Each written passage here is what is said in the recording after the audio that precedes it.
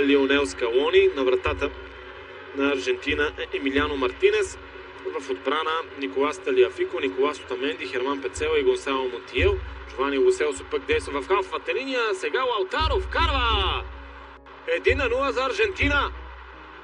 Страхотно изпълнение на Лаутаро Мартинес, който успява да се разпише в трета поредна среща за Алби Селесте.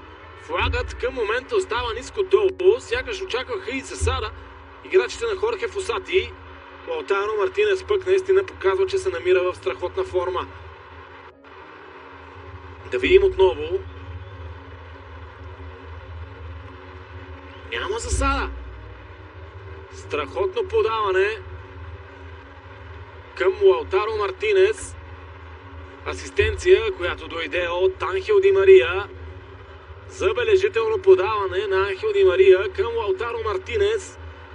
И капитана на Интер чукна топката над Педро Гайесе, с което изненада вратаря на Перу. Страхотно изпълнение на Лаутаро. Гол номер 3 за него от началото на надпреварата.